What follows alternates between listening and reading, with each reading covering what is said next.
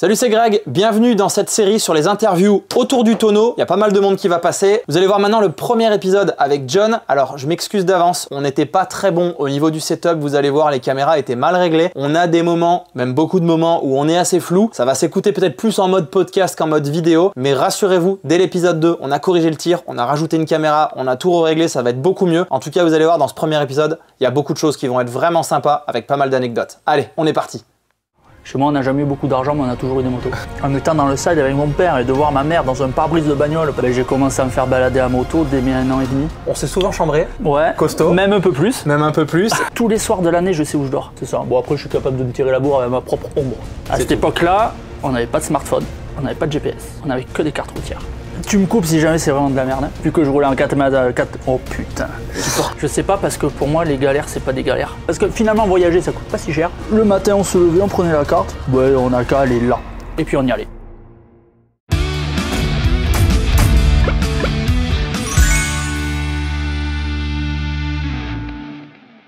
Allez, santé. Santé, action. Salut, c'est Greg, bienvenue dans cette première séance d'interview où ça va être John qui va ouvrir le bal. Alors, je vais faire une première entorse à la règle puisque j'avais dit que je prendrais pas des personnes connues ou qui ont des chaînes YouTube.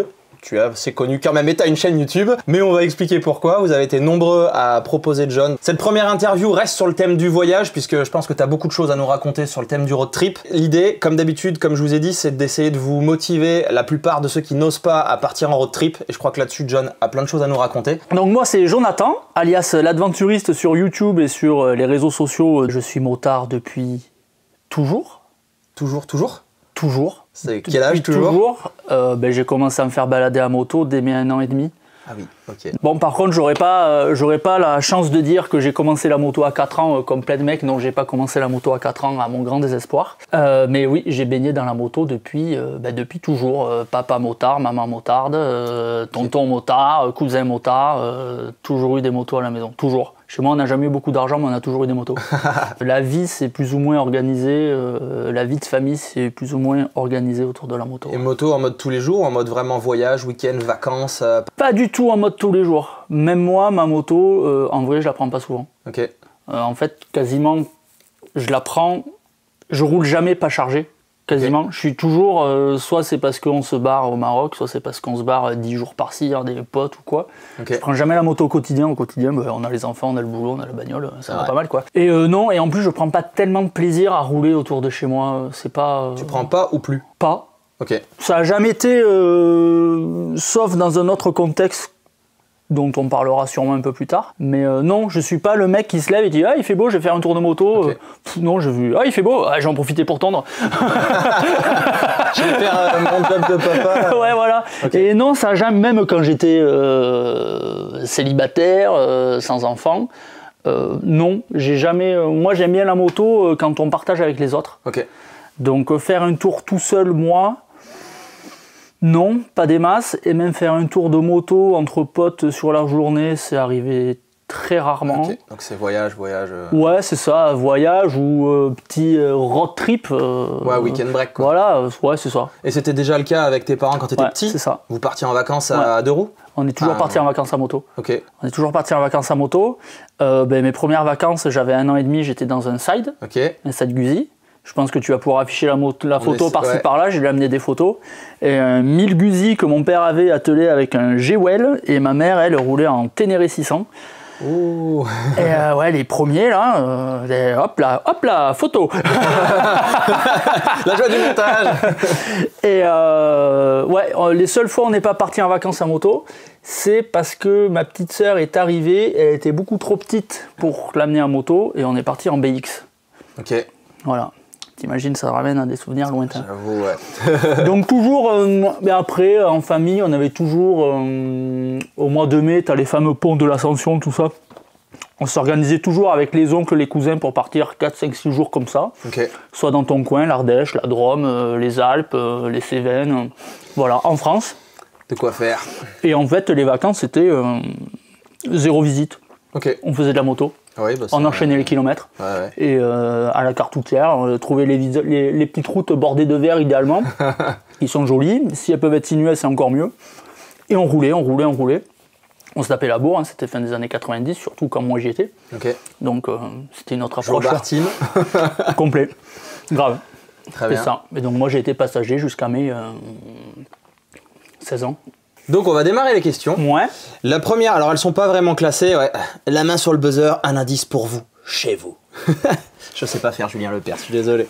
Il y en a une, c'est peut-être moi qui l'ai mis au début parce qu'on en a déjà parlé une fois, il y a pas longtemps. On a une façon de voyager, toi et moi, qui est vraiment très différente. Oui. Tu me l'avais vite dit parce que tu vois vite comment moi je voyage. Est-ce que du coup tu peux me parler de la tienne ? Ouais. Et on verra pour comparer parce que du coup, pour les gens qui veulent se lancer dans le voyage ou qui sont pas encore à l'aise, peut-être qu'ils ont besoin de, je pense, peut-être on est deux extrêmes d'ailleurs, peut-être probablement. Ouais, moi je suis l'extrême trop carré, mais toi je sais que tu vas expliquer. Ouais. Et pour qu'ils puissent mettre leur curseur, voir, voilà. Eh bien vous savez que Greg, lui, il organise ses roadbooks, tout ça à l'avance, il aime bien que tout soit cadré. Moi j'ai une autre approche, mais après c'est une approche, c'est pas mon approche perso, c'est l'approche avec laquelle j'ai grandi en fait. Moi j'ai rien inventé, je fais que continuer. Je suis que le produit de l'éducation que mes parents et ma famille m'ont donné. Mais si tu la continues, c'est que tu es à l'aise avec par contre. Ouais, carrément. Après, moi, j'ai réfléchi, je suis quelqu'un qui réfléchit beaucoup, et beaucoup trop parfois, et j'ai essayé de comprendre pourquoi, et je pense que ça vient de là, et en tout cas, c'est comme ça que je le vis. Au quotidien, on a un emploi du temps à respecter, on a le boulot, tout ça, on a des horaires, des machines, tout ça. On est toujours très cadré au quotidien, en tout cas moi dans ma vie, de manière générale, un peu comme tout le monde. Et quand c'est les vacances, j'aime bien sortir de ce cadre-là. Ok. Donc rien organisé. T'as un point d'arrivée peut-être ? Même pas. Non, tu pars. Ouais. Après ça dépend, ça a changé ces dernières années. Ça a changé ces dernières années, notamment avec Assury Trail, quand on commence à organiser des événements ou des voyages où on amène des gens, il faut que ça soit organisé. Mais quand je voyage pour moi, il n'y a rien d'organisé. Une destination générale. En 2012, on est parti avec des potes. Moi j'avais un 7,5 Africa Twin RD07 et mes deux potes avaient chacun un Transalp. On est parti un mois dans les Balkans. On savait qu'on partait le 15 juillet, on savait qu'on rentrait le 15 août. Et on savait vers où on allait. Ok. À cette époque-là, on n'avait pas de smartphone, on n'avait pas de GPS. C'est vrai. On n'avait que des cartes routières. Ok. Moi, j'ai toujours été à l'aise avec je suis géomètre. Donc les cartes routières, ça va. Et j'ai toujours été à l'aise à rouler avec une sacoche réservoir. Et en fait, pendant un mois, on a fait ça. On a acheté les cartes en avance. Ouais. Et après, il y en a qu'on n'a pas trouvé, qu'on a trouvé sur place, par exemple au Monténégro et tout comme ça, je sais plus. Sûrement les meilleurs d'ailleurs. Ouais, voilà. Et camping sauvage, on s'arrêtait le soir où on trouvait un spot. Le matin, on se levait, on prenait la carte. On a qu'à aller là. Et puis on y allait. Et on a fait ça pendant un mois. Il arrive un moment où tu te dis, bon là dans une semaine, faut être à la maison. On savait qu'il y avait un festival de musique qu'on voulait faire en Serbie. Donc on savait que la dernière semaine allait être consacrée à ça et qu'à un moment donné, il fallait qu'on se retrouve au milieu de la Serbie, à Guča. Et ça, c'est vraiment la façon de voyager qui me correspond. Ok. On part et on voit. Aujourd'hui, moins de gens ont envie de faire ça, j'ai l'impression, parce que on n'a pas forcément énormément de vacances, donc on a envie que le temps soit de suite efficace. Oui, on veut optimiser le temps libre. Moi, j'ai un peu de chance, j'ai pas mal de temps libre grâce à mon travail, j'ai pas mal de congés. Et ça fait du bien de sortir de ce contexte-là du quotidien où on organise tout. Ouais. Donc j'aime bien ne pas savoir où je vais dormir ce soir, ça me pose aucun problème. Tous les soirs de l'année, je sais où je dors. Tous les soirs de l'année, je sais à quelle heure je mange, et pendant les vacances, moto. Mais même quand on part en vacances avec les rares fois avec madame et les filles, c'est pas trop organisé, c'est bon, on lâche. C'est bien, non mais c'est un truc qui m'a un peu attiré moi quand avec Tony on était parti en Italie avec la moto d'SW Motec où j'ai dit à Tony viens on teste, on n'organise rien. On était mi-figue mi-raisin. Je t'ai envoyé un message, on te disait alors c'est pas cool de rien organiser. Et c'était excitant en fait. Oui. Ça avait un côté sympa, on savait qu'on avait les tentes donc on pouvait dormir à tout moment. En plus on prenait un chemin du TET donc on se doutait bien qu'on allait être paumé de nuit et il y avait un côté un peu fun. Et puis en même temps, tu crains rien. T'as un téléphone, t'as un GP, il va rien t'arriver quoi. Donc tu sais où trouver un juste truc, tout ce qui peut t'arriver, c'est d'avoir une bonne surprise. Oui, c'est ça. En plus, c'est ce qui nous était arrivé puisqu'on a trouvé un endroit avec une table paumée nulle part, avec une chaînette et un décapsuleur au bout. Donc, moi j'aime bien voyager comme ça. Ces dernières années, je l'ai pas trop fait parce que j'ai beaucoup roulé avec Assury Trail et donc on organise, on fait des traces à l'avance, tout ça. C'est sympa parce que préparer une trace, tout ça, c'est déjà le début du voyage. C'est déjà chouette parce que tu te projettes, mais C'est pas comme ça que j'aime faire. Ok, ah non mais c'est intéressant parce que comme on a vraiment des approches différentes et que toi t'aurais pas forcément envie de tendre vers la mienne parce qu'elle est pas intéressante, comme tu l'as dit tout le reste de l'année tu as ce cadre. Ben, ça dépend parce que tu vois, mettons, là bientôt on va commencer à pouvoir faire garder les filles par les grands-parents. Ouais. Je sais que là, dans un mois, avec ma future épouse, on va partir, ouais, je me marie cette année. Félicitations. On part une semaine à moto, mais si on part tous les deux en faisant comme moi je ferais tout seul, c'est pas que ça va pas lui plaire, c'est pas le problème, c'est une ancienne militaire, elle s'adapte, il n'y a pas de problème. Mais j'aurais quand même envie que cette semaine-là qu'on passe tous les deux à moto, qu'il y ait un minimum d'efficacité temporelle, quand même. Voilà, okay. Quand même. Donc j'entends que je vais négocier un road trip gratos. ça il n'y a pas de problème. Et donc je comprends que, et c'est ce que je me dis, on va partir une semaine, je peux pas... j'ai pas forcément envie d'être à l'arrache pendant une semaine avec elle. J'ai envie aussi de pouvoir profiter d'être avec elle, de pas faire que de la moto, à réfléchir, attends ce soir on va être à l'arrache. J'ai envie de kiffer un peu aussi. Donc j'entends tout à fait que les gens aient besoin d'être, c'est pas que besoin d'être rassurés, c'est besoin de se dire le temps que j'ai, j'ai pas envie de le perdre quoi. Ah non mais je comprends. C'est ce qui a guidé un peu le début des idées que j'avais moi pour mon blog de voyage, parce qu'au début c'était pas moto, c'était essentiellement voyage sac à dos. Et en fait on avait des congés limités et si tu veux partir genre très très loin, déjà t'as le temps de trajet, avion et compagnie. Et sur place, si tu veux que ce soit au carré et pas rater les trucs exceptionnels où t'es passé à côté, c'est aussi pour ça que ça vient. Mais je pense comme tu as dit, ça vient aussi de l'éducation ou de la façon dont on m'a inculqué. Moi j'ai toujours été un peu carré, tu vois. Un peu fouette comme ça. Mais c'est un côté rassurant, mais le truc c'est que maintenant je me rends compte que de faire un peu comme toi, comme on a testé une fois, ça a un côté qui m'attire et qui est excitant, tu vois, c'est surprise quoi, aventure. Exactement, non, je trouve, il faut laisser place à l'imprévu. Et quand tout est organisé, le risque, c'est d'avoir la sensation d'être tout le temps en retard. Ah oui. Et ça, c'est quelque chose, si tu pars en vacances et que tu as la sensation d'être tout le temps en retard, parce que tu dis ah mince j'ai eu un truc c'est au boulot toute l'année ça comme ça. Et c'est relou. C'est pas possible, c'est pas des vacances, c'est en retard tout le temps quoi. Alors c'est pour ça que du coup avec l'habitude moi sur les guides je prends des marges assez fat qui font que normalement t'as pas le temps. Alors si tout se passe au millimètre ou que t'as suivi le truc, t'arrives très tôt au camping, t'as le temps pour ta bière, c'est pas mal aussi. Mais par contre ça laisse le temps de pas stresser parce que ça je le voulais plus. Parce que trop de timing ça fout un stress et t'es en vacances quoi, donc ça va pas quoi. J'ai vu des vidéos sur YouTube de mecs dont je citerai pas le nom, où on voit que on est en retard sur le timing et tout. Ah ben non. Mec, t'es à l'autre bout du monde. C'est pas moi qui ai dit ça un jour. Non, faut pas être en retard. Au contraire, t'es à l'endroit où c'est cool. Voilà, t'es en voyage en moto quoi. Être en retard, non. Hors de question d'être en retard pendant les vacances. Je comprends. Hors de question. Je passe ma vie à être en retard. Alors, question suivante. Après des voyages en groupe qu'on a vu sur ta chaîne YouTube, est-ce que ça a fait évoluer ta façon de voyager? Oui et non. Ça a surtout conforté mon idée que je préfère ma façon de voyager. Voilà. J'aime bien voyager en groupe, j'aime bien organiser les trucs. Je trouve ça cool parce qu'on rencontre des gens. Des fois c'est bien, des fois c'est moins bien. Mais, ça m'en fait venir une autre, tiens. Ça fait découvrir autre chose. Mais naturellement, non, c'est pas cette manière-là de voyager que j'affectionne. Clairement pas. Donc, à part mais c'est cool quand même. Oui, bien sûr. C'est quand même chouette. C'est mal, Non, c'est top. On a fait des trucs trop bien avec Ashuri Trail. On a fait les recos au Maroc. Bon, là, c'était entre nous. Après, on est parti au Maroc avec des gens où on les accompagne, on ne les guide pas. Je tiens à la nuance. Très important. On n'est pas guide. Donc, on accompagne, un soutien logistique. Donc, c'est chouette. On fait des rencontres. Ça permet de mentaliser le voyage bien en avance puisqu'on fait la trace, tout ça. Non, là, tu vois, le mois prochain, avec mon père, on se barre tous les deux. Il y aura peut-être d'autres gens. On va faire du TET en France comme ça.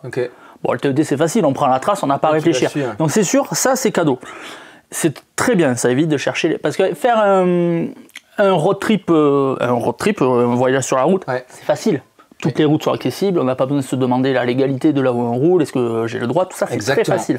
Partir à l'arrache, en voulant faire du 50-50 comme on aime bien faire avec ces chouettes motos, c'est de suite plus compliqué. C'est soit on le prépare à l'avance, soit on perd énormément de temps. Ah, le chemin, est-ce que j'y vais? Bon, j'y vais, ok. Ah putain, on se fait engueuler, on fait demi-tour. Donc forcément, cette pratique-là nécessite plus de préparation. Quand tu commences à faire du trail, oui, ça demande plus d'organisation. Oui, puis peut-être que tu as un chemin qui commence bien, puis d'un coup c'est infranchissable, demi-tour où on repart, on a perdu 1 heure, on a 1 heure à refaire en arrière. C'est ça. Jamais, ouais. Donc le TET est bien pour ça, quoi. Le TET c'est top pour ça. Donc le mois prochain, on s'en va avec mon père, lui avec son 640, et moi avec la Ténéré. Ok. Je n'y fais pas. J'ai une Ténéré, putain.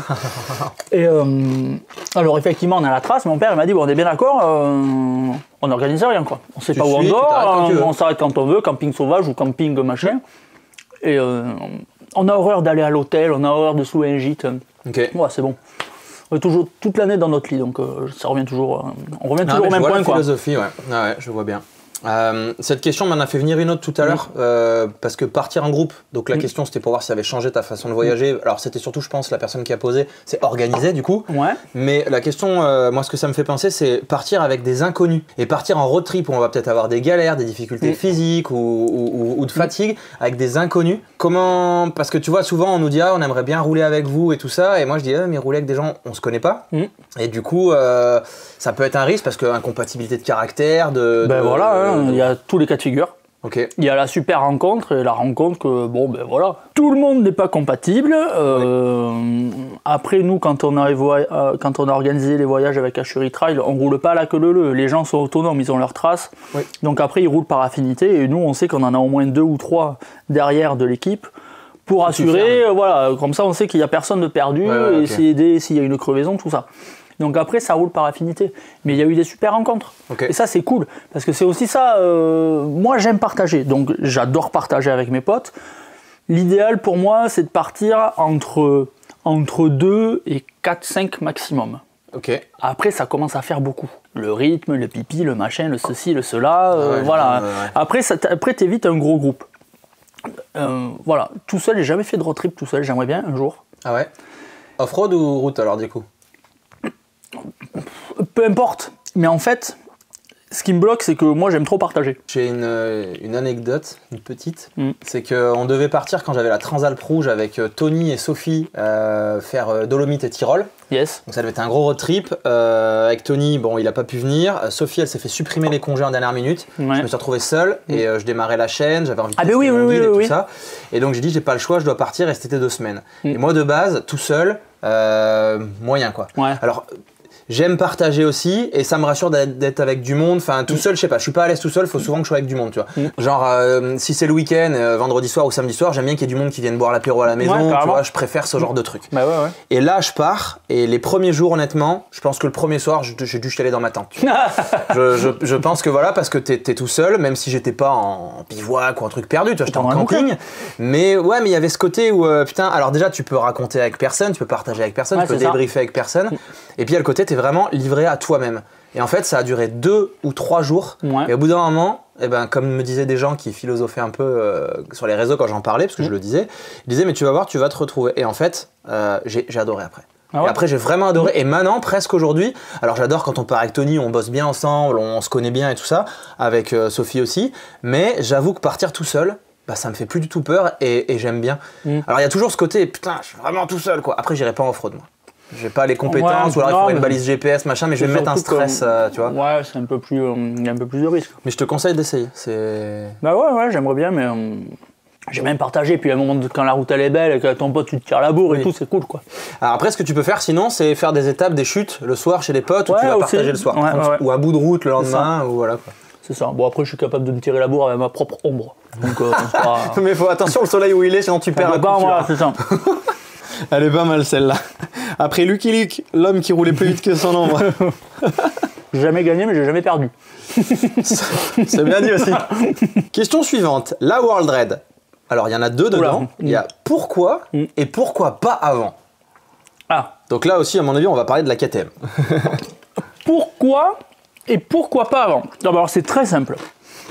Je me rappelle, alors déjà, j'ai commencé l'enduro à 20 ans. Tu sais, j'ai commencé l'enduro à l'âge auquel les gens qui ont commencé gamin sont au meilleur de leur truc. Alors, moi, j'ai commencé à cet âge-là, quoi, tu vois. C'est un peu déprimant. Ouais, tu le vois qui passe tout, et toi, tu rames, t'as pas les réflexes. Toi, tu sais que tu seras jamais bon. Et du coup, j'ai eu pas mal de KTM. J'ai eu quasiment que ça. J'ai commencé avec un 300 KLX et un an après, je suis passé directement sur du KTM parce que. Ready to race. Ouais, voilà, pourquoi pas quoi. Et j'aime beaucoup cette marque. Et quand ils avaient sorti, moi j'aime le trail quand même depuis longtemps. Bah, pour te dire, je roulais en Africa Twin, j'avais 25 ans. Ouais, t'avais déjà tout compris en fait. Le sexe à pile moto, ça a jamais été. J'ai eu un SV 650 avant. Quand KTM a sorti la 950 Adventure, c'était la moto du Dakar, faite par Meoni quoi. Cette moto elle m'a fait rêver direct. Ok. Fin des années 90, début 2000, tu rêves de Dakar, tu regardes ça le 31 décembre et les 15 premiers jours de janvier quand t'es gamin, tu vois cette moto là dans le désert, ben moi je veux ça. Je veux ça quoi. Tu l'as eu neuve ou Non.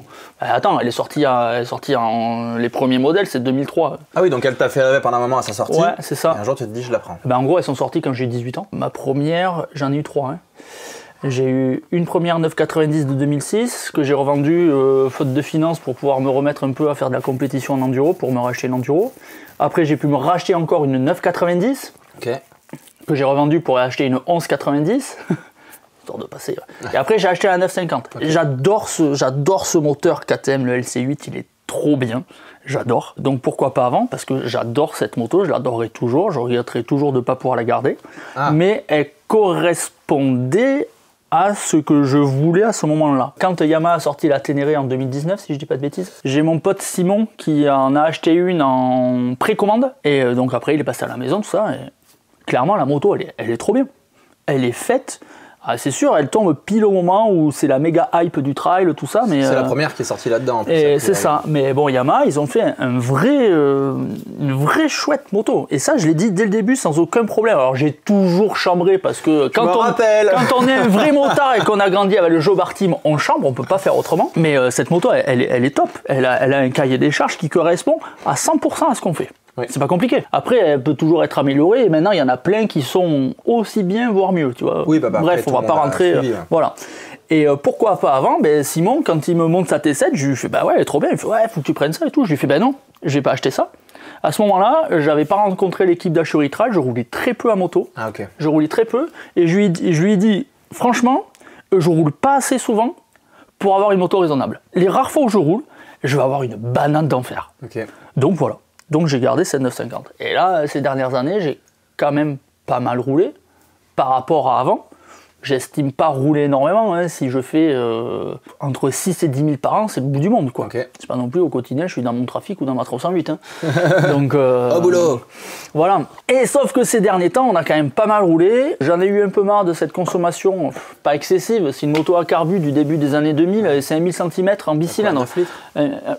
Comment? T'as un 9 litres 300? Non, entre 7 et 8. Ah, oui, ça.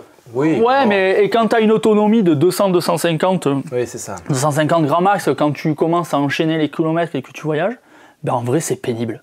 Et en Islande, ça m'a gavé. Ça m'a gavé, il y a eu ce point de... J'ai dit, c'est bon, j'en ai trop marre, j'adore cette moto, mais ça, c'est pénible.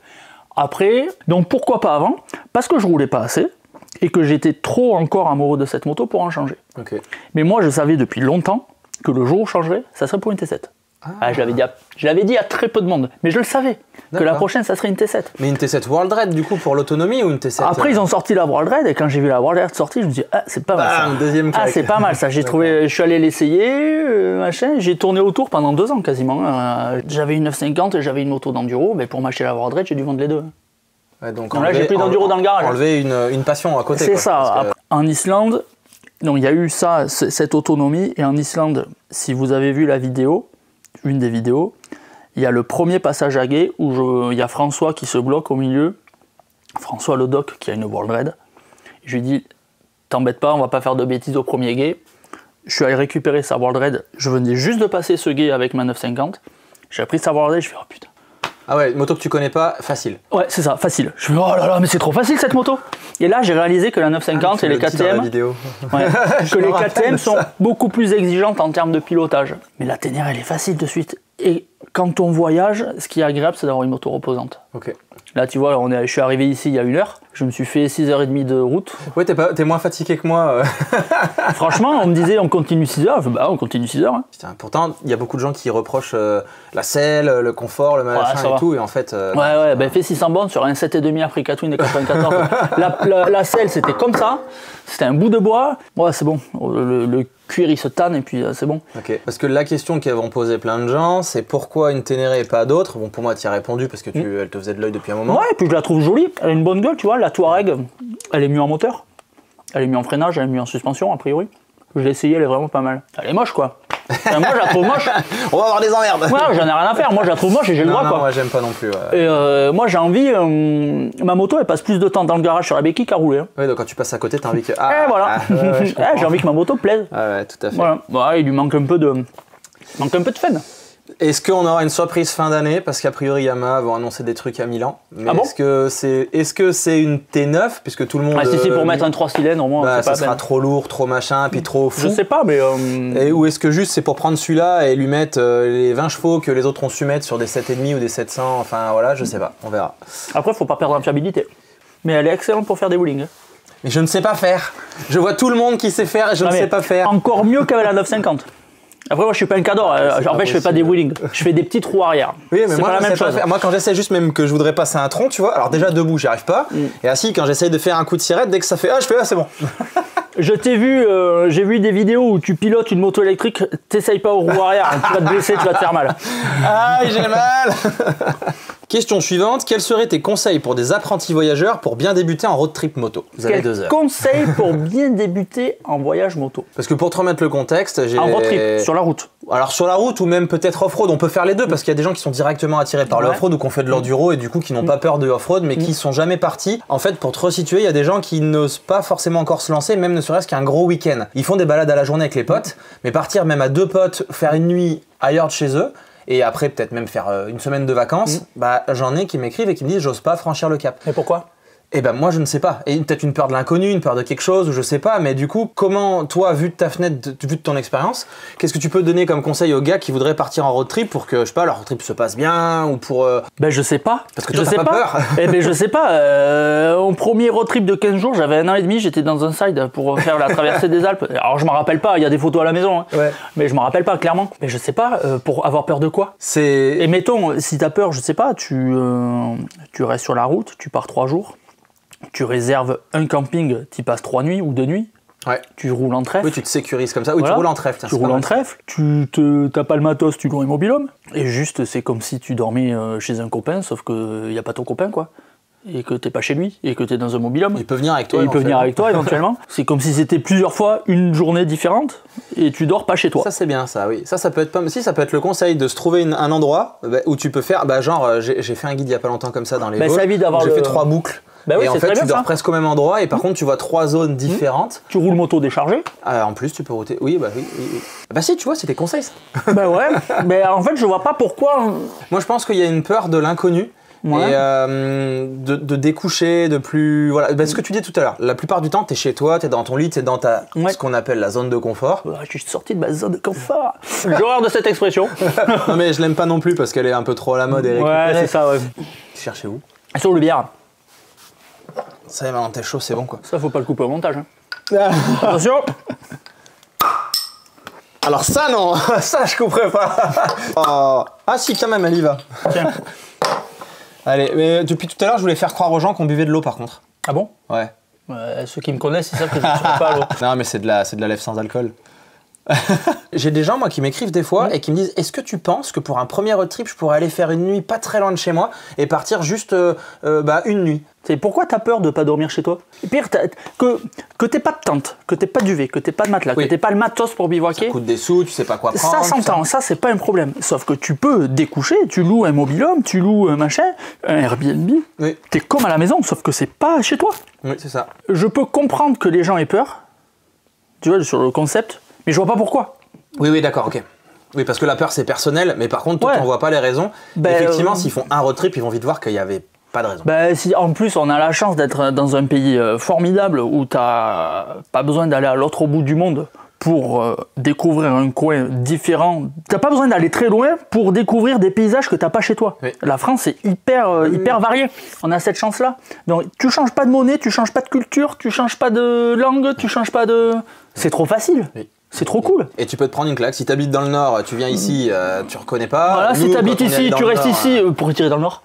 Parce que je voulais voir les falaises d'Etretat et la côte d'Opale. Ah ouais, d'accord. Non, mais ici on a beaucoup de chance, mais Ah mais c'est clair. Attends, moi j'ai pleuré en venant quoi. T'es là, putain, pourquoi j'habite pas ici quoi. tu peux déménager, hein. Ouais, mais non. Non, mais cette question elle est particulière et en Ouais. fait quand tu es quand t'as l'habitude du voyage, bah forcément tu peux pas trop la comprendre et c'est pour ça que t'as envie d'inciter les gens à dire mais essaye un tout petit. Et aussi bien ce même mec là, dans 6 mois il est en Mongolie. En fait, et il faut qu'il pète la barrière quoi. Si t'as peur, juste note, expérience à faire. T'as peur, note sur un papier ce qui te fait peur. Ben, je sais pas ce que tu vas écrire. Hein. Oui, non mais c'est vrai, le gars il va peut-être se dire finalement J'ai c'est pas jamais grand fait. chose. Ok, tout ce que t'as fait dans ta vie, tu l'avais jamais fait avant. Oui, Hein, c'est vrai. la première fois. Enfin, et à mon avis, dans la vie, on n'a pas eu que des mauvaises expériences. Attention, je peux partir en philosophie, ça peut aller loin. Hein. On va faire concurrence à Tom Burrer, attends. On change complètement de thème là. On va recentrer sur un thème alors qui ressemble un peu plus à ce que j'ai Joe le balafré là. Ouais. C'est le thème de la blessure. Donc Ouais. toi tu l'as eu au pied il y a pas longtemps. Ouais. Est-ce que tu peux, il y a beaucoup de gens qui, tu sais, le fait de se retrouver sur la touche, de plus pouvoir rouler, ou le côté baisse de morale, de plus pouvoir faire ce qu'on veut, de plus pouvoir rouler si c'est la pleine saison. Est-ce que toi, au niveau de la gestion de la blessure ou de ton retour là-dessus, tu peux, même tu m'as dit que tu t'étais blessé souvent en enduro. Pas souvent, mais en enduro, je me suis fait un croisé ici, un croisé là. Et jamais d'arrachement, mais des contusions osseuses, des grosses machins, grosses entorses, tout ça. J'ai eu une fracture du sacrum aussi, soi-disant que je serais passé à 5 cm de la paraplégie en 2006. Faut pas dramatiser, hein. Le médecin il a dit vous êtes passé à ça, ben, je suis passé à ça donc c'est bon. Je suis assez optimiste comme garçon et assez, c'est arrivé ça, qu'est-ce qu'on fait maintenant quoi? Ok. Moi il n'y a pas de gestion, il y a pas de gestion de la blessure, il n'y a pas de gestion des émotions, ben c'est cassé. Hein. Ouais, Maintenant il faut attendre que ça répare. Hein. On m'a appris à bivouaquer, appris à faire de la moto, à voyager tout ça depuis gamin et on m'a aussi appris à beaucoup relativiser. Mes parents, mon père notamment m'a toujours fait relativiser. Si tu réfléchis bien dans la vie, surtout nous, dans nos vies d'occidentaux, il n'y a pas grand-chose de grave. Ouais. Tu vois, j'ai perdu ma mère, j'avais 19 ans, je m'en suis remis. Ouais. J'en suis toujours triste, tout ça. Évidemment. On se remet de tout. Une blessure, c'est une blessure. Hein. Alors pour moi, c'est facile aujourd'hui, j'ai un boulot stable, je suis fonctionnaire. Donc si j'ai 6 mois, ma jambe dans le plat, tout ça, je serai en arrêt maladie, tout ça, ça va être très simple pour moi. Toi, tu t'es lancé, tu as pris un risque financier, tout ça, forcément, c'est pas cool. C'est moins drôle. C'est moins drôle, ça casse le rythme que tu avais mis en place, courageusement. Après, c'est là. Hein. C'est ça. En fait, moi, dans la vie, j'avance. Je vis le présent sans hypothéquer l'avenir et en acceptant le passé. Tu vois ce que je veux dire? Moi, ressasser le passé, si je ressasse mon passé, je vais être trop déprimé par moment, tu vois. Certaines parties de mon passé, elles vont trop me déprimer. Non, le passé fait ce que tu es aujourd'hui et ton futur, il est de ce que tu fais aujourd'hui. Donc aujourd'hui, tu as ta jambe cassée, mais aujourd'hui, il faut gérer ta jambe cassée. Point barre. Ouais. Et l'histoire, elle est devant, l'histoire, elle n'est pas derrière. Non, mais ça, je le vois bien comme ça, parce qu'il y a beaucoup de gens qui m'ont dit que ça servait à rien, du coup, faut avancer, il faut gérer. Et en plus, ça fait pas réparer mieux de se plaindre. Ça fait pas réparer mieux, non. Ça fait pas réparer mieux d'être triste, ça fait pas réparer mieux de se dire « Ah, j'ai fait de la merde ». Moi, ma belle-mère disait que, en fait, t'es dans un tunnel, et de toute façon, il n'y a qu'un sens, c'est tout droit. Ben voilà. Donc, voilà. C'est pas compliqué. Hein. Et tu remercies madame de s'occuper des enfants pendant que toi, t'es comme sur le canapé. C'est ça. Oui, désolé, encore une fois. Tu peux m'amener la télécommande. Ouais, c'est ça. Alors, moi, j'ai 2 filles, donc j'ai 2 télécommandes à la maison. Ah, c'est bon. Va me chercher ça. Oui, papa. Moi, je pense que le petit fera pareil. Il dit, regarde, papa, il voudrait bien la télécommande. Et une bière. Et là, il vient avec 2. Non, t'as 6 ans. Question suivante. As-tu des projets avec Léandre? Pas dans perso, attention, hein, je vous connais les gars. Des projets autour de la moto. Est-ce qu'on a prévu? Oui, on a prévu de se faire un petit week-end bivouac à l'arrache, comme on aime bien faire. Ok. Voilà. Après, de toute façon, Valérie, on est toujours en contact. On était encore hier au téléphone ensemble. On est coupé en plein YouTubeage. C'est insupportable. Allez, le mec, quoi, domotique. Attends, j'essaye, Tony, ça marche pas. Ah, ça y est. Ah si, c'est ouf. Putain, on était en plein séquence sans coupe depuis 1 heure. Ah, mais ça fait du bien de voir la lumière naturelle, non? Ah, il fait jour, là. Ça va ou pas? Non, je pense La pas. forme? Ça va? Ça va? Salut, Anthony. Oh putain, ça y est? Ah ouais, ça y est. On voit que je mens pas, parce qu'au début, on pensait que je mettais un pansement pour faire chiche, tu vois, mais... Après, faut bien comprendre que nous... comment dire ça sans manquer de respect aux vrais youtubeurs. C'est qui les vrais youtubeurs déjà? Moi je suis pas youtubeur déjà. Ah, t'as une chaîne YouTube? Une chaîne YouTube, donc je poste des vidéos sur YouTube. Mais ce que je veux dire, je vais pas partir pour faire du contenu. Ah ok. Ah bon non, moi je fais des vidéos, j'ai toujours aimé faire des vidéos. La vidéo n'est pas un prétexte. Oui, c'est vous organiserez un week-end. Je pars faire de la moto et je trouve ça cool de filmer. Pour moi, en premier, mes souvenirs, plus tard, pour montrer à mes filles où est-ce que je suis parti. Il n'y a pas de truc programmé pour faire de la vidéo. Moi, je fonctionne pas comme ça, hein, c'est pas mon truc. Moi, je suis pas très courageux, j'ai gardé mon travail. Ça veut pas dire que je suis courageux, peut-être que je suis fou. Ouais, voilà. Donc oui, il y aura des trucs avec Léandre, ça sera peut-être pas filmé. Et puis des fois, faut pas toujours tout filmer avec Léandre. Ok. Tu sais qu'il va peut-être venir là. Je sais. Ok, merde. Aïe. Alors, il est l'heure de la question gênante. Question posée par un de tes amis. 20 cm quand je suis en forme. Tu parles quoi, les wheelings ou les stoppies? Oui. Ah oui, d'accord, ok. comme ça, je peux le laisser. Exceptionnel. Nous avons Bob qui demande... Ah, je la connais la question, je le connais Bob, je sais quelle question il pose. Bah vas-y. Il va demander pourquoi je suis gêné quand on me reconnaît. C'est exactement ce qui est écrit je le là. connais par cœur. Eh bien, vas-y. Bah, je sais pas, t'es pas gêné toi si on te reconnaît? Réponds d'abord, je réponds après. Ah merde. Mais si. Non, mais c'est ton interview. Mais pourquoi je suis gêné quand on... Alors déjà, je suis pas souvent gêné. Vu Au Salon de Lyon, ça a dû... Oui, ben voilà, au Salon de Lyon, c'était il y a quoi? Il y a un mois. Oui, forcément, on te reconnaît un peu parce que t'es dans un milieu où il n'y a que des motards, donc statistiquement, on va plus te reconnaître. On est dans notre monde. Voilà. Après, il y a eu combien de visiteurs sur le week-end? Ça a été le record. Je crois que c'était un truc de la folie. Ouais. 50 000 ou 150 000? Ah, j'aurais plutôt dit 150 000. Voilà, j'ai retenu un 50. Soit ça 50 000 ou 150 000. Allez, si on m'a reconnu 50 fois. C'est beaucoup. Ou alors, on va dire non, parce que des fois, ou qu'on m'a montré qu'on m'avait reconnu, tu vois, si c'est 50 fois. Ouais. Sur 50 000 ou 150 000. Oui. Déjà, c'est une goutte. Oui. D'accord? 150 000. Il nous dit le cadreur officiel. On a le cadreur officiel. Alors, je suis gêné, oui, parce que à la base, je le fais pas pour qu'on me reconnaisse. C'est pas quelque chose que je recherche. Après, ça fait toujours plaisir quand quelqu'un te dit ah, j'aime bien ce que tu fais. Oui. C'est quand même vachement plus agréable que de se faire insulter. Oui. On est bien d'accord. Parce que c'est pas ma vie d'être reconnu. Ok. C'est pas... moi, je vis au milieu de la campagne, au fin fond des champs, où j'ai pas de voisins, tout ça, et j'aime bien ma vie peinard. Après, c'est cool, le Salon de Lyon, j'ai kiffé parce que tu te reconnectes un peu au monde aussi. On devient des ours. Bah, il y a une part de timidité, enfin... Il y en a, c'était rigolo. Après, que j'ai quand même du caractère, donc je suis pas non plus... oui, tu fonds pas devant la personne. Non, ça va, mais c'est toujours gênant. C'est arrivé quelquefois quand même avec Ashuri Trail, t'es au milieu des Alpes, et un mec fait « Ah, c'est toi l'aventureuse et tout », t'es là. C'est vraiment les premières fois. J'étais là, ouais, et je réalise qu'en fait, il y a des gens qui regardent les vidéos. Ouais. Même si c'est pas énorme, c'est une goutte dans tout mais un jour, YouTube. Tu crois cette personne, quoi. En fait, les chiffres, il y a vraiment des gens derrière. Ok, c'est rigolo. Ouais, c'est vrai. Donc, bah oui, c'est pas désagréable. Non. C'est pas désagréable quand on te dit que c'est cool. Et oui, il y en a, on croise deux mecs avec Bob à Lyon sur un stand Choi. Deux mecs qui passent, ils passent comme ça en marchant. Ils font c'est cool ce que tu fais, vous nous faites délirer. Et puis ils se barrent. Je vais, bah, reviens. Je lui fais, bah dis-moi pourquoi.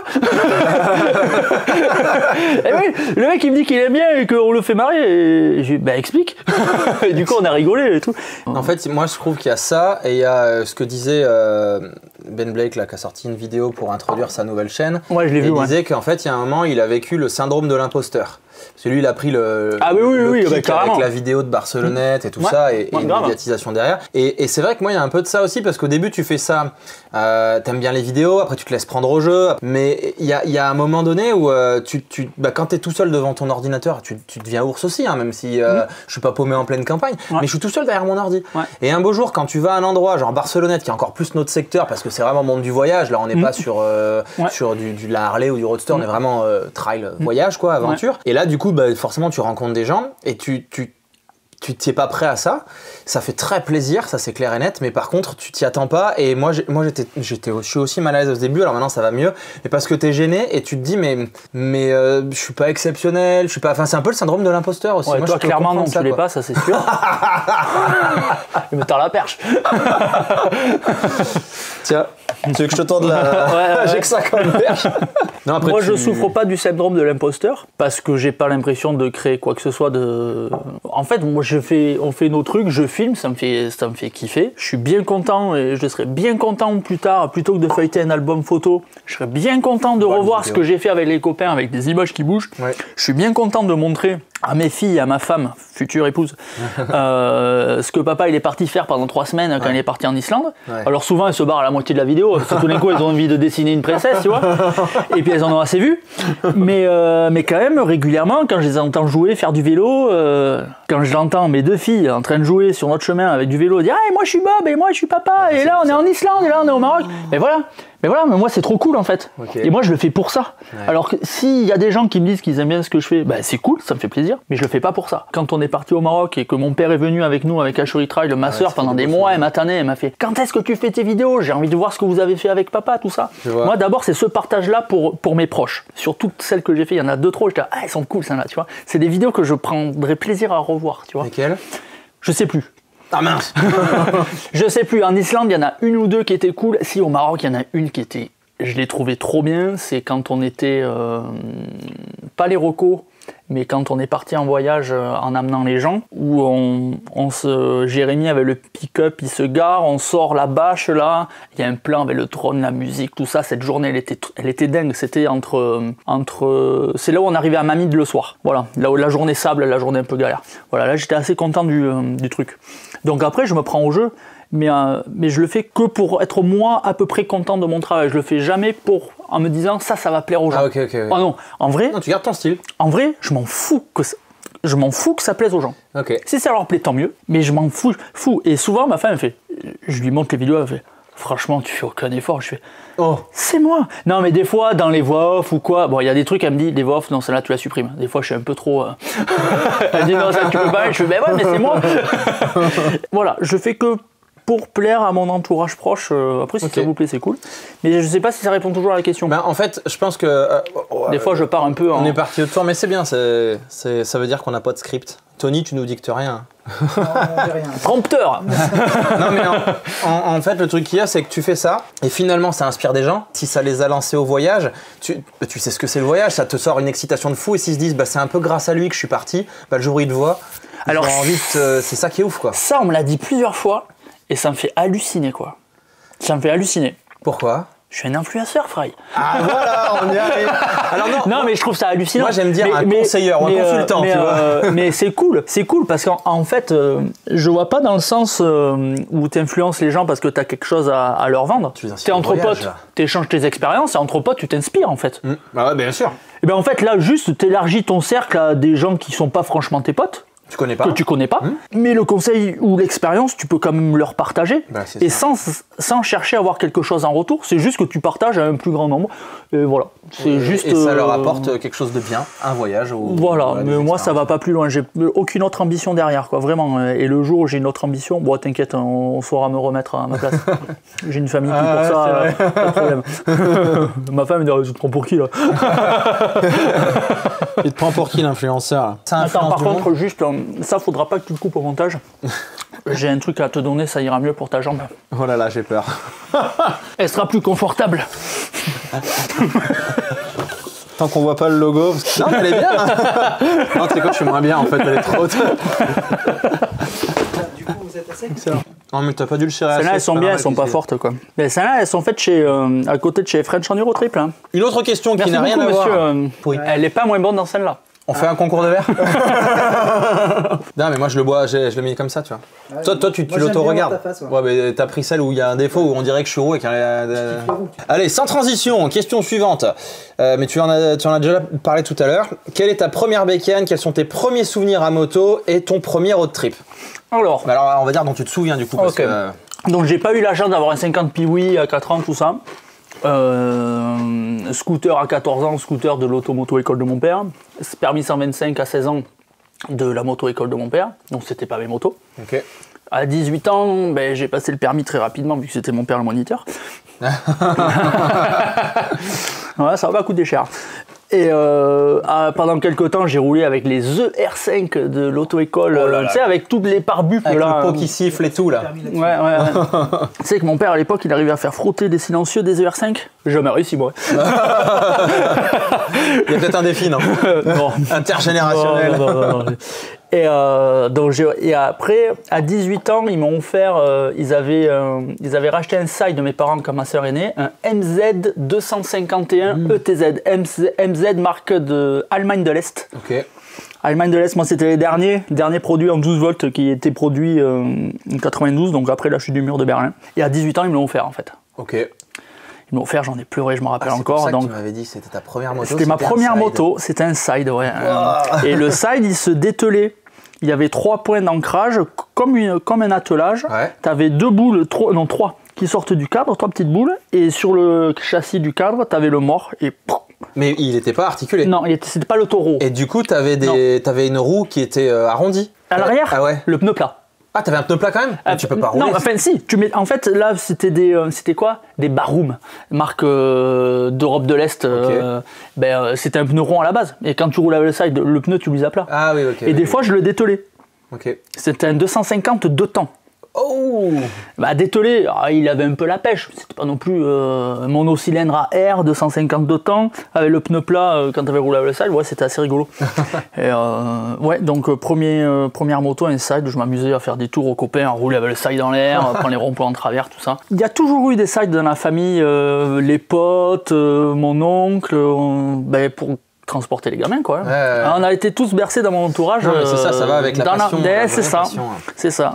Alors mon père, un lapsus, C'est un bon. il me dit, moi, tu vois, quand je suis devenu père, j'ai vendu ma moto pour acheter un side. Je dis, ah putain, moi je peux pas. Et puis moi j'en ai 2 rapprochés, quoi. Et pour amener les 2 dans un side, Ouais. c'est galère. Et premier road trip dont tu te souviens, du coup, pas celui où t'as 1 an et demi, où justement t'es dans le side. Après, il y en a d'autres où j'ai plus 1 an et demi, mais je suis dans le side et je m'en rappelle. Hein. Ah oui, c'est vrai. Oui. Le premier vrai, c'est dans les Balkans, un mois avec mes potes en 2012. Voilà. D'accord. Celui-là, premier vrai road trip. En mode à vue. Ouais, en mode sans papa, quoi. Et alors, ça fait bizarre ou finalement on se démerde entre potes, c'est génial. Et... C'était la suite logique. Ouais, Puisque t'es de toute rodé, façon, quoi. j'ai grandi là-dedans. Alors les 4 premiers jours, il y avait mon père. Il nous a suivis, mon père aussi pote avec mes potes, tu vois. Il nous a suivis dans les Alpes jusqu'en Italie, tout ça, avec sa nana de ce moment-là, qui n'est autre que la mère d'une célèbre influenceuse Instagram. Ah, j'ai compris, ça y est. Je comprends mieux des choses. D'accord. Et après, nous, on a continué, vu que lui, il avait que quelques jours. Ok. Puis on a déjà fait, nous, des road trips où moi, j'étais avec le 125 de l'auto-école, un 125 Cityfly, un mono 4 temps poumonesque. Mes potes en derby, ils me fumaient ils avaient un point carbu avec un 50, ils me fumaient avec... j'étais vert. Ouais, c'est comme ça. Ton pire road trip est où? Bon, on a qu'à mettre ta pire galère. J'ai pas de pire road trip. Ils sont tous bien passés. Ils Tout était sympa. Ils sont tous différents. Le pire souvenir que je pourrais avoir, c'est en étant tout gamin, en étant dans le side avec mon père et de voir ma mère dans un pare-brise de bagnole en Aveyron parce qu'une voiture dans une descente vers Villefranche-de-Rouergue a perdu le contrôle de sa voiture et ma mère qui était devant a fini dans le pare-brise de la voiture. Ah oui, d'accord. Ça serait le pire souvenir. Encore que je pense que je ne l'ai pas vu puisque mon père s'était garé avant, je pense. Et j'avais mon meilleur pote qui était dans le side, lui avec son père, tu vois, pour dire un peu... Side. Ouais, c'est ça. Mais sinon, pire road trip, ben non, c'est des vacances, c'est que du plaisir. Et pire galère, je sais pas, parce que pour moi, les galères, c'est pas des galères. Ben, tant que t'es pas blessé. Tant que t'as pas besoin de te couper un bras pour survivre. Non, mais tant que t'es pas blessé, que ça te fout pas le voyage en l'air. Déjà, ça m'est pas arrivé. Si c'est une galère mécanique qui fait que tu peux continuer, c'est juste un mauvais moment à passer, mais un moment qui fait que ça te fait grandir parce que tu es obligé de gérer quelque chose qui n'était pas prévu, que tu es obligé de trouver une solution sans t'agacer. Ouais. Un truc qui m'arrive identique chez moi, je peux râler. Si je suis en voyage, je râle pas. Je vais pas perdre d'énergie à râler. Je vais régler le problème. Oui, ça fait partie du voyage. Ça fait partie du truc. Bob, je sais ce qu'il répondrait à cette question, mais Vas-y. la fameuse nuit au milieu de nulle part où on n'avait plus de réseau, où j'allais à la frontale pour savoir si le chemin il était encore un reco, bon. ça Ouais, c'était les recos Maroc. Ça, je crois que je me rappelle. Ça, c'est, je pense Et vous que avez dormi là parce que vous voyez plus rien, ah bah vous là, pouviez plus avancer. je me rappelle. après ils sont malins, ils ont envoyé un éclaireur à la frontale, le seul mec qui fait de l'enduro dans le groupe. Pour moi ça passait toujours. Hein. Toi tu es allé au Je village. dis ouais c'est bon, ça peut passer encore un peu. Et les autres derrière, ils étaient déjà morts depuis 10 minutes. Ouais, non, Léandre, il était encore vaillant, forcément. Ah oui. Nous, Et Léandre, il avait la moto sur le dos. ouais, voilà. Et il courait. Au-dessus de ses cheveux. Ça, c'est cadeau. Léandre, on va un retour de celle-là la prochaine fois. La prochaine, c'est as-tu des projets de voyage? Le mois prochain, comme j'ai dit, en gros, je vais partir une semaine sur la route avec madame. Ouais. Je vais partir une semaine faire du TET en France avec mon père. C'est pas parce que j'ai pas de projet aujourd'hui que je ferai pas un voyage en septembre ou en octobre. Hein. Oui, ça peut péter comme ça. Oui, voilà.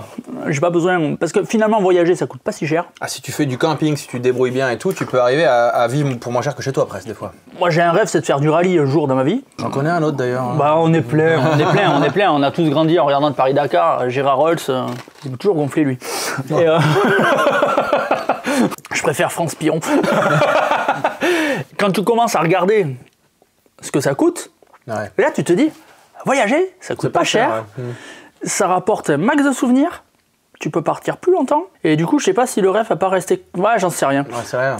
Et donc voyager, ça coûte pas si cher, et il faut pas croire qu'il y a besoin de beaucoup d'argent et de beaucoup de matériel. Alors nous, on est passionnés, on enchaîne les équipements, tout ça, machin, Oui, parce mais on en que connaît qui voyagent c'est à aussi l'arrache. le kiff, tout ça.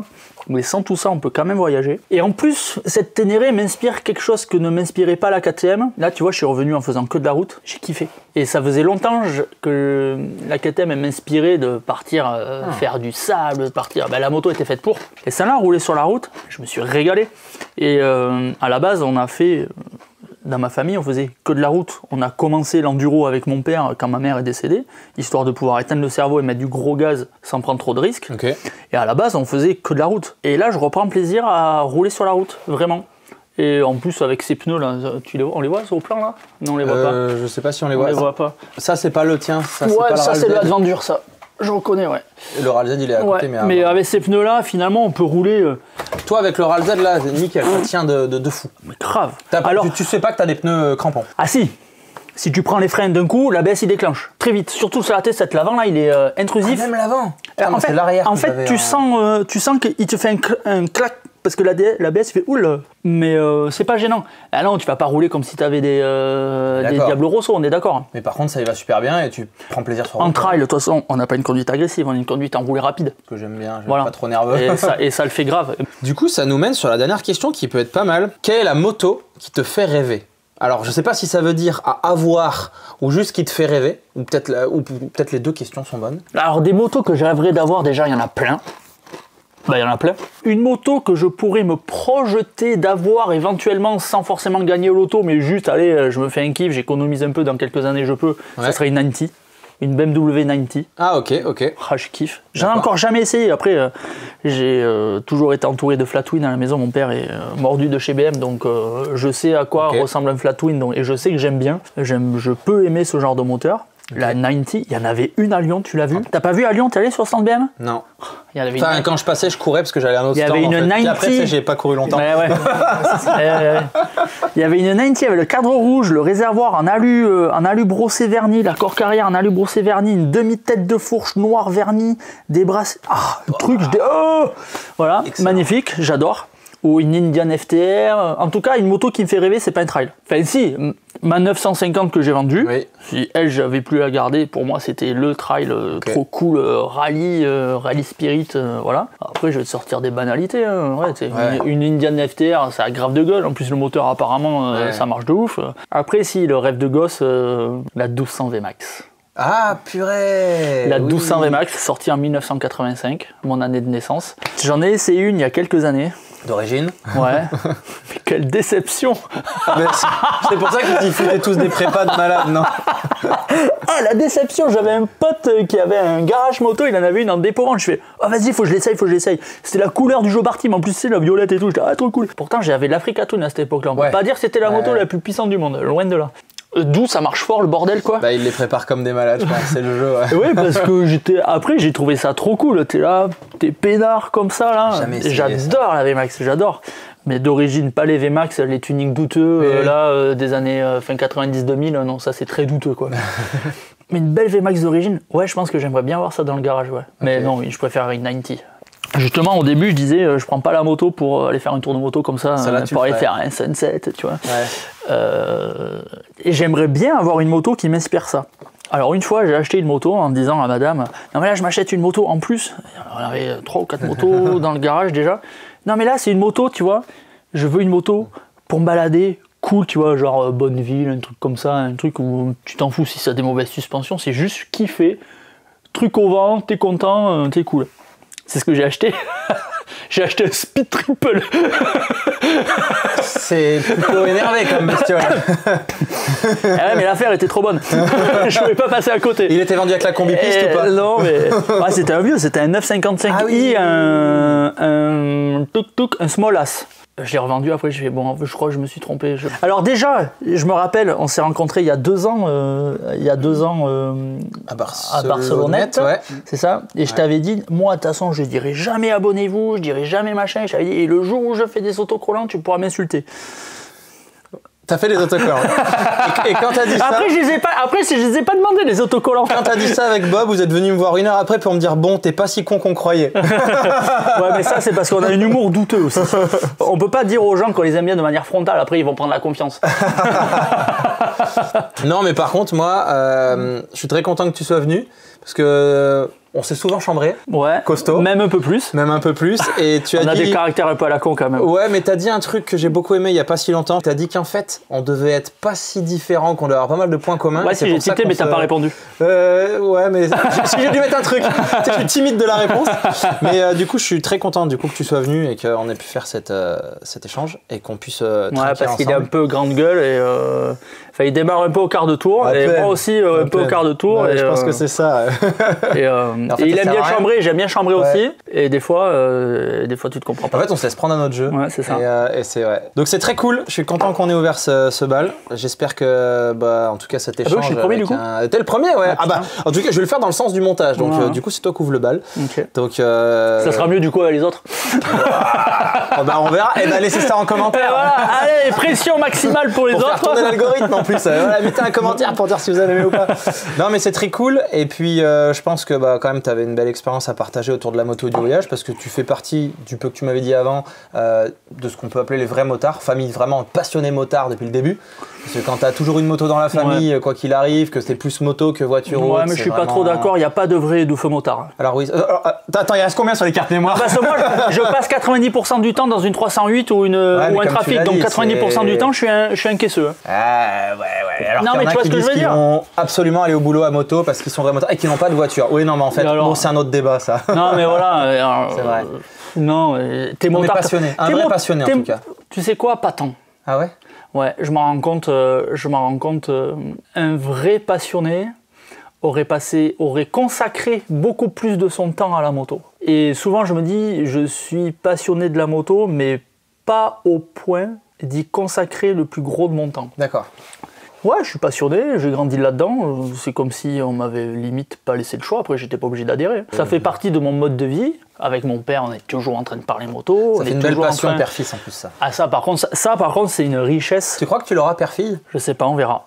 Ok. On verra, mais Ok. mais rien n'a été forcé, voilà. Donc mes filles, je vais leur proposer, Ouais. mais je vais pas les forcer. Ouais. Il n'y a pas de, j'espérerais juste qu'elles soient pas passionnées de foot. J'espère que cette première interview vous aura plu. Normalement, la prochaine, ici, on va être 3. Il devrait y avoir Laure et Axel qui vont nous parler d'une expérience assez dingue à moto. Fais-moi la conclusion, j'y arrive pas. Un truc sérieux, hein. On cherche à conclure. Ouais, ça m'est souvent arrivé dans ma vie. Oh.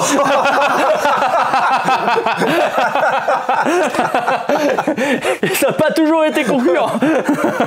On se retrouve donc dans cette prochaine interview avec les filles. Ah si, moi j'ai un petit truc à rajouter, parce que je pense que ça peut intéresser des gens, mais c'est quoi ton histoire? Il y a quelqu'un qui va t'interviewer, toi? On m'a déjà trop vu, moi, sur ma chaîne. Non, mais peut-être que ça intéresse des gens de savoir, toi, ton histoire, tu vois. T'as un cadreur, peut-être qu'il va peut-être pouvoir se transformer en intervieweur, non? Enfin, je sais pas. Peut-être. Bah, y a pas de raison que t'intéresses moins les gens que moi ou d'autres. Ouais, mais je vais te répondre la même chose que tu m'as répondu. Je suis un gars normal, moyen. C'est pas grave. Tu regardes, il y a des gens qui ont eu des questions pour moi, ils ont sûrement les mêmes pour toi. Bah ouais, Peut-être, moi je pense que c'est une idée à faire. Hein. Bon. Enfin, moi perso, ça m'intéresse pas des masses, mais vous peut-être. Bon, alors on verra. Bon, allez, salut! Allez, salut.